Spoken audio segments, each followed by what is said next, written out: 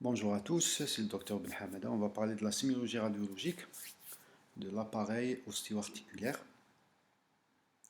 En introduction, on peut dire qu'il existe différentes techniques de radiologie et c'est les données cliniques qui déterminent le choix de l'examen. Ça veut dire que c'est par rapport à l'examen clinique du patient qu'on décide de faire soit une radio, soit un scanner, soit une IRM, soit les trois, soit l'échographie.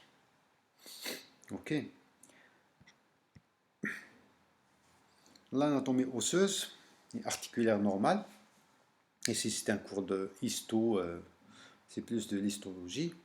Le tissu osseux, c'est un tissu conjonctif composé d'ostéocytes et de substances collagènes.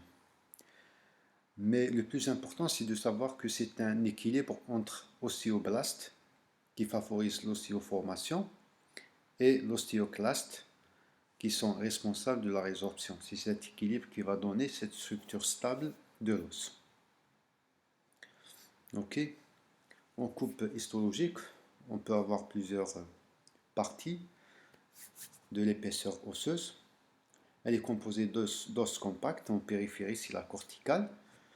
Ensuite, on a un os moins dense, qui est l'os spongieux. Et au centre, on a un espace médulaire qui est radiotransparent à la radiographie. Et on a la corticale qui est la plus dense en radiologie. Elle va apparaître blanche. On a plusieurs types d'os. On peut avoir des os longs comme le fémur, le tibia, qui sont composés de trois parties, l'épiphyse, la métaphyse et la diaphyse. L'épiphyse, c'est la partie la plus distale. Ensuite, on a la métaphyse au centre avec une large médulaire, en périphérie les corticales. Ok. Et en périphérie, on a une petite membrane qui est responsable de la prolifération des ostéocytes, c'est le périoste. Le périoste qui est une membrane radiotransparente. Et en distalité des épiphyses, on a les cartilages articulaires ou conjonctifs. Ici, on a un schéma qui va résumer, c'est un schéma radiologique d'un os long d'un adulte qui est composé de au niveau des épiphyses, on va retrouver au centre, c'est le tissu spongieux qui est relativement radiotransparent. La métaphyse avec en périphérie, comme on a dit avant, la corticale qui est radio-opaque, ça veut dire qu'elle est blanche. Et au centre, une médulaire qui est riche en tissu adipeux qui va apparaître transparente à la radiographie. On a une autre entité qu'on doit connaître, c'est les travées. Au sein du tissu spongieux, on peut trouver des travées osseuses qui se répartissent selon les lignes de force. Les lignes de force, c'est les lignes d'impact ou les lignes où il y a plus de force, comme ici, on a cette image de la cheville avec des lignes de force ici, parce que c'est un membre, c'est des articulations porteuses.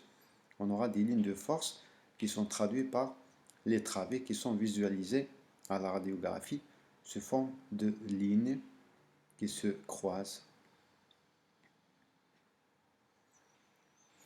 Petite remarque sur les os courts ou plats, courts comme les phalanges au niveau de la main, ou plats comme le sternum ou l'omoplate. Ils sont plus riches en tissu spongieux, alors que au niveau des os longs, on peut trouver le tissu spongieux au niveau des épiphyses. Les os courts et plats, ils sont plus riches en tissu spongieux, avec des corticales compactes autour. L'articulation, c'est les deux régions épiphysaires qui viennent en contact l'une de l'autre grâce au cartilage articulaire. Elles sont unies à leur périphérie par la capsule articulaire. doublée à sa face interne par la synoviale. La synoviale, c'est un tissu conjonctif qui tapisse la face interne des capsules articulaires. Et cette synoviale, c'est elle qui est responsable de la production de liquide synovial, qui est très important dans la mobilité des articulations. Okay, c'est comme de l'huile pour améliorer l'articulation, le mouvement de l'articulation, le glissement des deux épiphyses l'un contre l'autre. Okay. Et à sa face externe, l'articulation elle est soutenue par des structures musculo-ligamentaires, c'est les ligaments et les tendons, bien sûr. Comme ici, au niveau de cette articulation, c'est un schéma d'articulation. C'est pas une articulation de coude, c'est un schéma qui va montrer la relation entre deux épiphyses avec ces travées au niveau de tissu spongieux. Cette corticale, elle est plus mince au niveau des épiphyses. Cette capsule articulaire qui est tapissée par le tissu synovial, ok, et elle est soutenue par les structures tendino-ligamentaires. Ici, on a un muscle avec son tendon qui va soutenir cette articulation. Et en radiologie, on va étudier cette. Et ça, c'est un schéma, ce qu'on peut voir à la radiographie. Ok, on peut voir la corticale, les lignes articulaires ou épiphysaires, les travées, un peu de tissu ou des parties molles. On peut avoir des vaisseaux, des calcifications, mais on ne peut pas voir la synoviale, par exemple. La synoviale, les structures tendineuses, ligamentaires, le cartilage articulaire, on ne peut pas le voir aussi à la radiographie. C'est pour ça qu'il y a intérêt de faire l'IRM et le scanner. Ici, les variantes, comme toutes les structures dans le corps, pas que l'ostéo-articulaire, on peut avoir des variantes de la normale.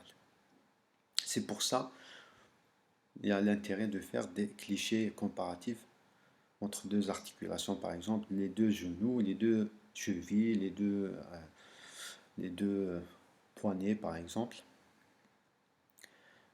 On va parler des différents examens radiologiques en pathologie ostéo-articulaire. Et bien sûr, on commence par le plus simple, c'est la radiologie conventionnelle ou standard, qui doit toujours être réalisée en première intention. Si on a des signes d'appel ostéo-articulaire, il faut toujours commencer par la radiologie conventionnelle, qui se base sur l'examen clinique, bien sûr. Elle permet l'étude de l'os, l'articulation et un peu de partie molle. L'image radiologique étant une superposition sur un plan, bien sûr, on a la superposition de plusieurs structures, la peau, la graisse, les muscles, l'os. Ensuite, on a les muscles, la graisse et la peau de l'autre face. Du coup, on a une superposition et c'est pour ça qu'on doit réaliser deux incidences orthogonales. Une seule incidence ne va pas, ça va être difficile d'interpréter les clichés. C'est pour ça qu'on doit faire deux incidences orthogonales, généralement un cliché de face et un cliché de profil. Parfois, le cliché sera réalisé en position de contrainte, surtout le genou. Quand on a une arthrose, par exemple, on va faire des clichés de face et de profil en charge. En charge, ça veut dire patient debout, pour étudier le pincement de l'articulation. Les examens symétriques ou examens comparatifs sont fréquemment utilisés et sont parfois indispensables afin de comparer les deux articulations. Par exemple, si on a une pathologie au niveau du genou droit, on va faire le genou gauche aussi pour comparer. Est-ce que c'est une maladie qui est symétrique, bilatérale, ou c'est une maladie qui touche une seule articulation, et ça va contribuer au diagnostic. Okay? Surtout dans les maladies rhumatismales inflammatoires qui sont généralement bilatérales. Enfin, il est parfois nécessaire de répéter les examens car les anomalies radiologiques apparaissent souvent de façon retardée par rapport à la clinique. Okay? Je cite par exemple le chercher, comme les nécroses aseptiques. Les nécroses aseptiques, par exemple, ils sont d'évolution rapide dans le temps, c'est pour ça qu'on doit faire des clichés répétés. Les éléments anatomiques visibles à la radiographie sont l'os, les travées osseuses, la corticale osseuse et les calcifications. Okay. Par exemple, le périoste, les éléments anatomiques invisibles à la radiographie, c'est le périoste, le cartilage articulaire, cartilage de croissance, ligaments, muscles, ménisques, synoviales. On peut voir ici que les parties molles ne seront pas étudiées à la radiographie standard. Okay. Le scanner, c'est comme la radiographie, il utilise les rayons X et des reconstructions d'images en coupe transversale. Des reconstructions dans les trois plans sont possibles, en frontal, sagittal et coronal. Une même image peut être appréciée avec un fenêtrage différent. On l'a vu dans le cours du scanner. Avec des fenêtrages, on peut mieux étudier l'os. Et des fenêtrages, on peut étudier les parties molles. Comme ici, on a un fenêtrage os, fenêtrage partie molle. Vous pouvez voir la différence avec, par exemple, ces muscles lombaires qui ne sont pas bien visibles ici. Les nerfs, ici c'est les racines nerveuses, le fourreau dural et le disque. Mais ici, on ne peut pas les voir, on ne peut pas les étudier. Mais l'os, il est très bien visualisé. Ok? Les éléments anatomiques visibles au scanner, c'est l'os, travée osseuse, corticale osseuse, calcification comme la radiographie, mais en plus on peut voir les muscles et les disques intervertébraux au niveau du rachis. Ces éléments ne peuvent pas être vus à la radiographie standard. Les éléments anatomiques invisibles au scanner, c'est les cartilages articulaires, les ligaments, les ménisques, et ça c'est l'apanage de l'IRM. C'est pour ça l'IRM, c'est l'examen de référence, c'est l'examen le plus fiable dans les pathologies ostéo-articulaires. Ici, on a des exemples de scanner avec cette fracture rachidienne du rachis. Le scanner, il est très performant, il est très utile, surtout pour visualiser un recul du mur postérieur. Ici, quand on a une fracture tassement, ça veut dire quoi? C'est une fracture complexe d'un corps vertébral, mais le plus important ici, c'est de voir est-ce qu'il y a une compression. Regardez, ici on a le recul du mur postérieur d'un corps vertébral qui va comprimer la moelle épinière. Du coup, ça va donner une paraplégie, une paralysie. Ok? Et ça, c'est une indication chirurgicale en urgence. L'IRM, c'est un examen extrêmement performant en pathologie de l'appareil locomoteur. Il permet une analyse parfaite des structures osseuses, cartilage, muscles, ligaments, disques, les ménisques. On peut associer une injection de gadolinium. Le gadolinium, c'est le produit de contraste utilisé en IRM. Au scanner, on utilise des produits de contraste iodés. Ok? Iodés. Mais à l'IRM, c'est le gadolinium. On l'appelle chélate de gadolinium, qui va mettre en évidence le rehaussement des tissus richement vasculaires, infectieux, inflammatoires ou tumoraux. À l'IRM, on peut faire des images sur les trois plans avec différentes séquences, T1, T2, chaque séquence a son intérêt. Ok? Mais en pratique, l'IRM est un examen utilisé dans l'exploration des tumeurs osseuses, les lésions discales, articulaires, cartilagineuses, musculaires, ligamentaires. Ça veut dire qu'on peut étudier toutes les structures ostéo-articulaires à l'IRM. Ici, on a une petite comparaison. Ici, on a une radiographie de genou de face avec la visualisation de l'interligne articulaire, l'épiphyse, la métaphyse. Ok? Ici, on a le péronnier. On peut voir, bon, les parties molles ne sont pas vraiment étudiées, mais ici, à l'IRM, il y a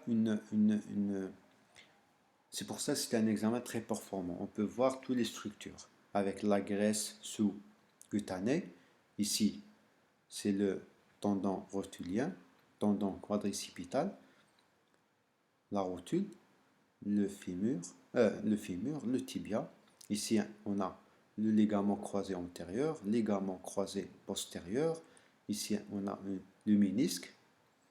Ça veut dire, ici, on a le ligament collatéral latéral. Ok, on peut étudier toutes les structures avec finesse. Les éléments anatomiques visibles à l'IRM sont l'os avec toutes les composantes médulaires, corticales, spongieuses et tout. La graisse, les muscles, les ligaments, cartilage, ménisque, les bourrelets, les disques intervertébraux. Mais le seul problème avec l'IRM, c'est les calcifications. C'est pas que les calcifications ne sont pas vues. Ils sont vus, mais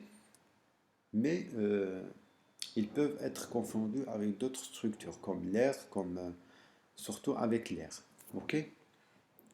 Mais en général, l'IRM peut tout voir en ostéo-articulaire. Un petit mot sur les opacifications articulaires, arthrographie, arthroscanner et arthro-IRM. C'est des examens qui ne sont pas vraiment trop demandés ou trop sollicités.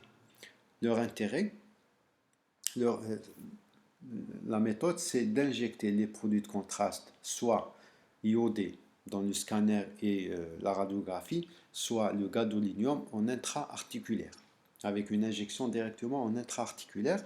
Ensuite, on va faire les clichés ou l'examen.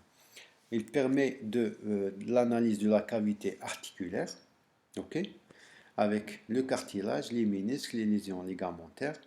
Si on a un corps étranger intra-articulaire, on peut le voir. Son intérêt a diminué après l'arrivée de l'IRM. Et on peut faire cette injection intra-articulaire dans les trois modalités d'examen, soit en radiographie, soit au scanner, soit à l'IRM.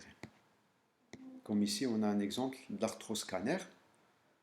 On peut voir, ici, c'est une épaule avec la tête humérale, l'articulation gléno. Ici, c'est la cavité articulaire. Ici, on a le tendon chef de l'ambiceps. On peut étudier vraiment l'interligne articulaire et la capsule. Un petit mot sur l'échographie. L'échographie, elle est plus faite pour l'étude des parties molles. On ne peut pas voir la corticale parce que la corticale, c'est une structure calcique. On l'a vu dans le cours d'échographie. Les structures calciques vont donner un artefact. C'est pour ça qu'on ne peut pas étudier la corticale. Mais on peut voir les muscles, les tendons, les ligaments sur l'échographie. La scintigraphie, c'est un examen, il n'est pas considéré comme un examen radiologique, mais plus une imagerie nucléaire avec, qui va mettre en évidence l'hyperfixation ou l'hypofixation. Le produit de contraste utilisé, c'est le technicien. Ok? Et l'hyperfixation, elle est plus en faveur des foyers inflammatoires ou tumoraux. Comme ici, cette image avec cette hyperfixation rachidienne qui va dénoter ou montrer une pathologie au niveau des vertèbres qui peut être tumorale. Sémiologie radiologique ou sémiologie osseuse élémentaire, on a plusieurs critères d'analyse. Premièrement, on va rechercher les anomalies de forme. En premier, on a les fractures. La radiographie a pour but d'affirmer l'existence d'une fracture et de préciser la nature de l'os porteur de cette fracture. Est-ce que c'est un os sain ou est-ce que c'est un os pathologique? Si c'est un os pathologique, par exemple, qui porte une tumeur, alors là, on va parler de fracture pathologique. Ok? Mais généralement, les fractures pathologiques sont d'avènement spontané parce que c'est un os fragilisé par un processus inflammatoire ou tumoral. Mais les fractures sur os sain, ils sont secondaires à des traumatismes, bien sûr. Ok? C'est ça l'intérêt d'une radiographie dans les fractures, comme ici, fracture sur os sain, fracture du péroné. ici l'intérêt de scanner dans les fractures, les fractures traumatiques ou tumorales, c'est plus pour rechercher les fragments, les petits fragments intra-articulaires qui ne sont pas vus à la radiographie. Mais en général, une radiographie suffit pour l'étude d'une fracture. Les autres anomalies de forme, c'est un os qui peut apparaître soufflé, gonflé, incurvé, fragmenté, tassé par un processus pathologique, soit tumoral, infectieux ou dystrophique. Par exemple, cette déformation osseuse d'un os long, ici il est un peu incurvé, avec un épaississement de sa corticale, avec une dédifférenciation. On ne peut pas faire la différence entre la corticale et la médulaire. Généralement, la médulaire, elle est transparente. Mais ici, parce qu'on a une condensation de cette médulaire. Et c'est l'apanage de la maladie de Paget. Ici, on peut avoir un os soufflé par un processus tumoral. Ici, au niveau de rachis, on a les tassements. Les tassements, c'est la diminution de la hauteur d'un corps vertébral. Avec un os transparent. Transparent, ça veut dire qu'il est déminéralisé. Ici, c'est l'apanage de l'ostéoporose, par exemple. Les anomalies de densité, on a principalement deux types, soit l'ostéopénie. L'ostéopénie entraîne une déminéralisation osseuse. Celle-ci n'est visible sur les clichés radiographiques qu'après disparition de moins 30% de calcium contenu dans l'os. Okay. L'ostéopénie peut être généralisée, soit généralisée comme l'ostéoporose, soit d'origine tumorale, avec une infiltration tumorale de la médulaire, comme dans les myélomes et les cancers secondaires des os. Ou non tumorale, comme l'ostéoporose, l'ostéomalacie et l'hyperthyroïdie.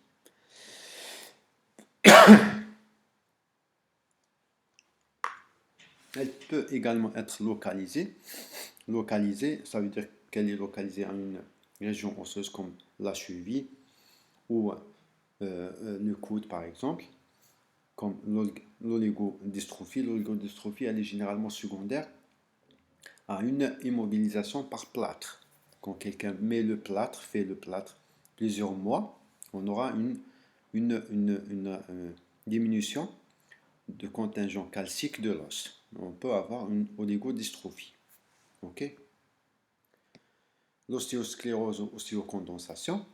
L'ostéosclérose, elle entraîne une augmentation de la densité radiologique avec un aspect d'os trop blanc. Okay. Elle peut être vue elle peut être d'origine soit tumorale bénigne ou maligne, soit une maladie dystrophique comme la maladie de Paget, nécrose osseuse, condensation réactionnelle, ou généralisée d'origine toxique, comme la vitamine D, fluor, métabolique et endocrinienne, l'hypercalcémie, l'hyperparathyroïdie et quelques maladies hématologiques. On peut avoir cette ostéocondensation ici, comme l'os il est trop blanc de façon localisée, ça c'est un infarctus osseux, ou généralisé, comme ici, avec des métastases d'un cancer de la prostate. Anomalie de structure, on peut avoir deux types de processus, ou trois.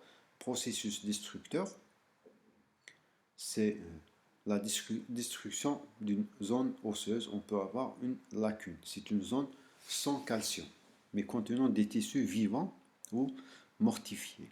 Ça veut dire les tumeurs, par exemple. L'analyse sémiologique de la lacune avec l'ensemble des éléments cliniques et biologiques vont permettre l'orientation vers un diagnostic étiologique. C'est soit une lésion tumorale, infectieuse, ostéopathie des affections sanguines, c'est les hémopathies comme les leucoses. Pour toute image lacunaire, il faut donc préciser. L'âge du patient il est très important parce qu'il y a des maladies qui touchent une certaine tranche d'âge. Okay. Si on peut, par exemple les sarcomes d'Ewing, ça touche les enfants. On ne peut pas parler de sarcome d'Ewing chez un vieux, par exemple. Chez les vieux, c'est plus les myélomes, par exemple. C'est pour ça que c'est très important, l'âge de patient. Le caractère unique ou multiple des lacunes. Le siège par rapport à l'os, c'est soit diaphysaire, métaphysaire, épiphysaire. Ici, on a une image qui regroupe l'ensemble ou une partie des pathologies tumorales osseuses, ok, selon leur localisation sur la diaphyse, métaphysaire ou épiphysaire. Par exemple, si on retrouve une lésion épiphysaire, comme celle-là, on ne peut pas parler de sarcome d'Ewing, par exemple, parce que le sarcome d'Ewing, c'est plus métaphysaire. Ok. Du coup, la localisation de la lésion lacunaire, elle est très importante. Soit par rapport à l'os diaphysaire, métaphysaire ou épiphysaire, soit à l'épaisseur de l'os, qui peut être soit corticale, soit médulaire. Comme ici, la dysplasie fibreuse, elle est plus médulaire. Si on la retrouve au niveau de la corticale, ce n'est pas une dysplasie fibreuse. On peut parler plus d'adamantium, ok, d'un ostéome ostéoïde. Ok. C'est pour ça la localisation de la lacune, elle est très importante. Par rapport au cartilage, le cartilage de conjugaison et cartilage articulaire sont plus volontiers traversés par un processus infectieux que tumoral. Ok. Les cartilages, soit de conjugaison, soit articulaires, ils sont plus touchés par des processus infectieux que des processus tumoraux. Sa localisation sur le squelette, bassin, rachis, crâne, squelette, périphérique. Les anomalies, soit tumorales, soit infectieuses, ils ont une préférence à une zone osseuse. Ok. Par exemple, les cordomes, ils sont plus vus au niveau de l'os sacré. Ok. Si on retrouve ça ailleurs, on ne peut pas parler de cordon. Par exemple, sa forme et sa taille, soit ovalaire, arrondi, arciforme, polycyclique et tout, ça c'est le descriptif. Ses contours, c'est très important les contours, parce que selon ces contours, qu'ils soient nets, condensés, discontinus, irréguliers, on peut parler, on se base sur le type de contour pour classer cette lésion en tumeur lentement évolutif, moyennement évolutif ou rapidement évolutif. Lentement évolutif, ça veut dire que c'est une tumeur bénigne ou infection chronique. Moyennement évolutif, c'est plus tumeur bénigne ou myélome ou des hémopathies. Rapidement évolutif, c'est les tumeurs malignes dangereuses, ok, soit métastatiques, soit primitives, ou les lésions infectieuses aiguës comme l'ostéomyélite. On a des exemples de lacunes, comme ici, cette lacune métaphysaire à contour condensé net polycyclique, c'est un cortical défect, c'est une tumeur bénigne. Quand on voit les contours qui sont bien délimités, condensés, ok, on va parler d'une tumeur ou d'une lésion d'évolution lente. C'est une tumeur bénigne et dans ce cas, c'est un cortical défect, c'est une tumeur bénigne, c'est une lésion bénigne. L'existence d'une réaction périostée, c'est l'apanage des affections tumorales malignes. Bien sûr, la place du scanner et de l'IRM dans l'étude d'une image lacunaire, elle apprécie plus le centre de cette lacune. Okay. Elle va parler de matrice. Le centre de cette lacune, c'est la matrice. On peut parler de matrice tissulaire, liquidienne ou mixte. On peut, à l'IRM ou au scanner, être sûr que c'est une tumeur bénigne ou maligne ou autre. Comme ici, cette lacune avec des calcifications floconneuses au centre, c'est l'apanage de l'endonchrome de l'humérus. Ou ici, avec ce processus expansif ostéolytique, avec une matrice tissulaire, c'est une tumeur maligne Et dans ce cas, c'est une métastase avec rupture des corticales. L'extension intra- et extra-osseuse, c'est l'IRM. L'étude multiplanaire, bien sûr, multiplanaire, c'est l'étude sur plusieurs plans, frontal, coronal, de face, et sur plusieurs séquences, T1, T2, avec ou sans injection. Ici, à la radiographie, à l'IRM, on peut avoir aussi l'étude des parties molles, l'extension de cette tumeur ou de ce syndrome, de ce processus inflammatoire aux parties molles. Ici, avec l'injection de produits de contraste de gadolinium, on peut avoir le rehaussement des parties molles, et ça dénote bien sûr de l'extension de ce processus osseux aux parties molles. Bon, la ponction biopsique, elle fait partie du diagnostic. Par exemple, on peut biopsier une tumeur, un processus osseux. On fait la biopsie. La biopsie, c'est de prendre un trocar ou à l'aide d'un scanner ou de l'échographie ou de l'IRM pour se localiser et ponctionner ou biopsier cette tumeur ou ce processus et faire l'étude histologique pour le classifier en tumeur avec le type histologique. On a parlé du processus destructeur. Le processus constructif, c'est les processus réactionnels. Les réactionnels, surtout à une tumeur bénigne, par exemple, quand on a une tumeur, on a une destruction de l'os, et en contrepartie, les ostéoblastes vont doubler de travail pour reconstruire l'os détruit. On a le processus constructif. Ok. En radiographie, on peut le voir avec cette condensation ou ostéocondensation autour de ce processus. Et c'est surtout dans les processus bénignes, lentement évolutifs, qui vont donner le temps aux ostéoblastes de reconstruire l'os. Mais dans le cas des tumeurs malignes, qui sont rapidement évolutives, ne vont pas donner le temps aux ostéoblastes pour reconstruire. C'est pour ça qu'on aura une destruction avec ses limites irrégulières, une destruction de la corticale. La réaction périostée, c'est l'apanage surtout des tumeurs malignes. On a une soufflure, on a plusieurs types d'images périostées selon le processus, selon l'affection qui touche l'os, qui peut être d'origine maligne, bénigne, infectieuse, inflammatoire, post-traumatique et tout. On peut avoir plusieurs types de réactions périostées qui peuvent être réguliers, uniques, irréguliers, lamillaires, qui va donner l'image en oignon, qui peut être en poil de broche, rayon de soleil. Ici, le rayon de soleil et en poil de broche, c'est l'apanage des tumeurs malignes rapidement évolutives. Un népron, c'est plus dans les ostéomes ostéolytiques, l'ostéome, c'est plus pour les tumeurs bénignes. On a une classification des réactions périostées selon le type de tumeur. Quand on a une tumeur bénigne, on peut avoir une réaction unilamellaire, comme ici, ondulée, comme ici, soufflée, comme ici, ok.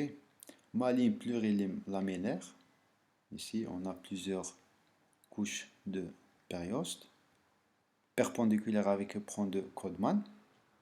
L'éperon de Codman, c'est vraiment ça, c'est la rupture de cette épiphyse, ce périoste. Avec ça c'est l'éperon de Codman, on l'appelle éperon de Codman. Ok. Ou amorphe comme ici. En flamèche ou en rayon de soleil aussi, c'est une réaction périostée maligne. Comme ici, sur les images radiologiques, l'éperon de Codman, soufflure, unique.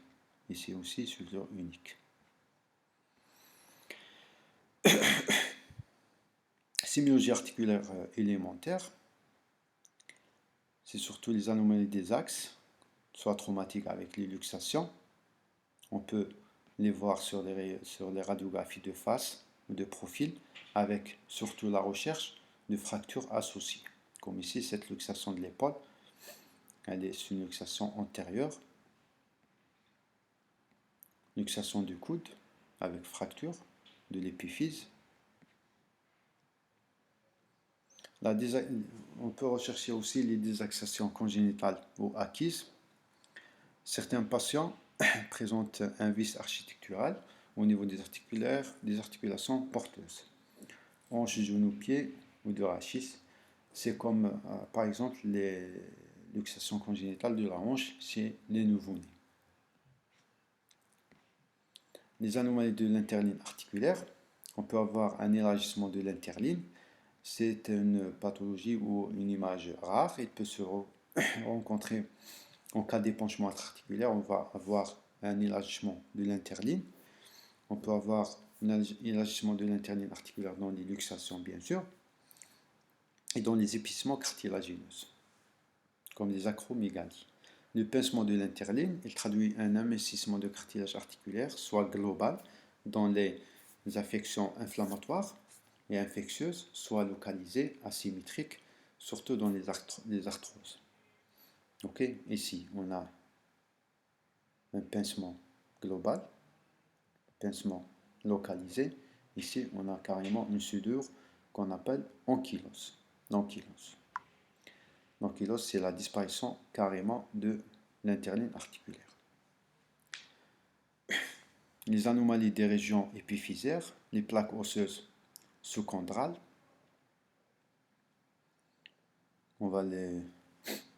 les lames aux plaques osseuses sous-chondrales forment normalement une ligne continue de courbure harmonieuse de 1 mm d'épaisseur. C'est une véritable corticale épiphysaire, elle est au niveau de l'articulation, laquelle repose sur le cartilage articulaire. On va rechercher une perte de substance, amincissement, érosion en coche, qui peut traduire un phénomène d'infection inflammatoire, comme les ostéonécroses. Okay? C'est une encoche ou irrégularité localisée au niveau de l'épiphyse articulaire, de l'épiphyse. Okay? Ça, on appelle ça plaque ou érosion sous-chondrale.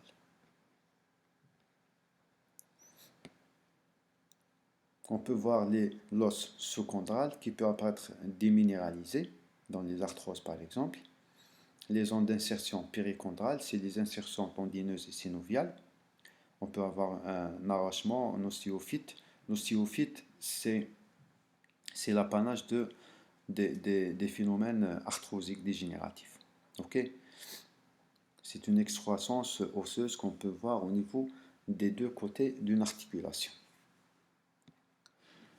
On peut voir les anomalies des parties molles périarticulaires, mais c'est l'apanage vraiment de... On peut avoir une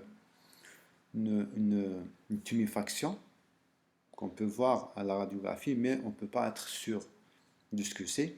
C'est pour ça qu'on doit toujours compléter par une IRM. Comme ici, on peut imaginer vraiment une tuméfaction des parties molles en regard de l'articulation du coude.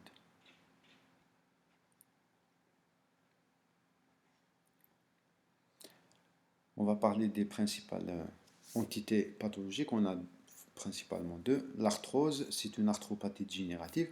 Il associe 4 signes cardinaux au principal à la radiographie. C'est les pincements localisés de l'interligne articulaire au niveau des zones d'appui, condensation osseuse sous-chondrale et les géodes sous-chondrales de l'hyperpression. Ok.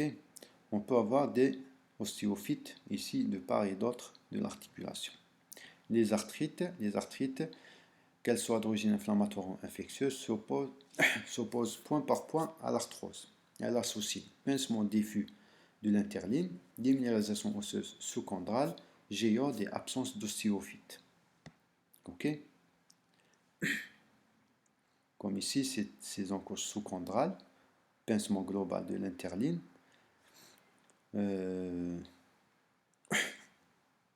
une déminéralisation périarticulaire. On a l'intérêt des autres méthodes d'imagerie dans la pathologie articulaire. L'arthrographie, elle apprécie les modifications de la synoviale et de la cavité articulaire. L'arthroscanner apprécie l'intégrité du cartilage articulaire, des bourrelets ou de la capsule articulaire et la continuité des ménisques. L'IRM, l'analyse des régions sous-chondrales, périchondrales, le cartilage articulaire, les ménisques, les bourrelets, les autres structures. En tout cas, l'IRM va étudier toute l'articulation. Voilà, j'espère que en tout cas, c'est un cours un peu large pour le faire dans une seule séance, et en plus pour les troisième années. Mais bon, courage courage pour l'examen. On va essayer de faire mieux la prochaine séance. Allez, bon courage.